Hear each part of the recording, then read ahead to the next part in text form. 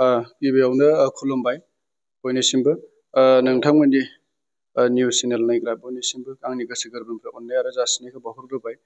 जोंहा दिनै नंगौ जोंनि सारा बिटिआर आवनो दिनै जोंहा बे इउपिपिएलनि 10थि बोसोरारि बे गायसनथाइ हाबाफारि बा बार्थडेखौ जोंहा गासिबावबो जोङो फालिनायखौ जों नुगासिनो दं। बेबायदि थिग जोंबो दिनै भैरबकुन्द बियाबनि सिङाव थानाय आंनि नैबे एलाबारि प्राइमारि पार्ट 1 नि पिसिडिसिनि नब्लङाव जोङो दिनैनि बे 10थि बोसोरारि बार्थडेखौ खुंबाय।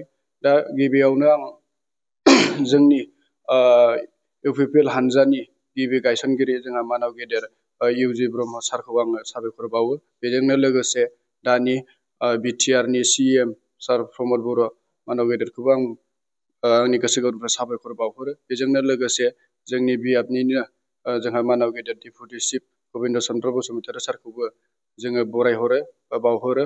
बेजोंनो लोगोसे जोंहा नैबे नब्लङावनो जोंनिनो 10थि बोसोरारिनि जोङो बार्थडेखौ खालामबाय।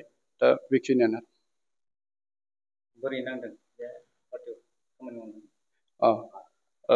जोङो थारैनो जों जोबोद गोसो खुसि, मानो होनब्ला जेब्लानिफ्राय जोंनि इउपिपिएल हान्जाया जन्म जाबाय बै समनिफ्रायनो जोङो पार्टियाव नांथाबनानै दिनै जोङो सरकारावबो फैनानै जोङो रायजो राजानि थाखाय जोङो गोबां बेबायदिनो जोङो रायजो राजाफोरनि जि हायो जोङो दुखु खस्थ' बिथांमोनखौ जोङो सुफुंजोबनो हायाखैब्लाबो जथेस्थ' जोङो खामानि मावनानै होबाय।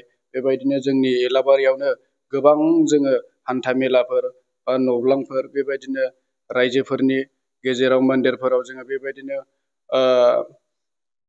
कमिउनिटि टयलेट बा बाउन्डारि वाल आरो बेबायदिनो मिथिं दावथिंफोर जानो थाखाय जोङो समाजफ्रावहाय जोङो बेबायदिनो जिरायसालि नब्लांफोर होबाय। बेबायदिनो जों अनेक रोखोमनि खामानि मावनायखौ जोङो नुदों आरो जोङो निस्सय नुबायबो। आरो बेबायदिनो जोङो मावनायखौ मोननानै जोङो फिन आरोबाव नैबे फैबाय थानाय जि सेप्तेम्बराव जानो गोनां बिसायख'थि बेयावबो जोङो जोंनि एलाबारिनिफ्राय 100आव 10% जोंहा देरहागोना रोखा जाखाबाय। आरो जोङो गोबां जोङो गामि गांखंआव हाबनानै नायदों, फुरा जोंनि पाब्लिक रायजोफ्रा जोंनि मावनायखौ नुनानै नैबे बिसायख'थियाव ट्रेक्टरनि सावगारियाव भट होगोनखौ जोङो मिजिंथिदों। 100आव 10%ल' ना 110% जोंहा देरहागोना रोखा जाखाबाय जोंनि बियाबनिफ्राय।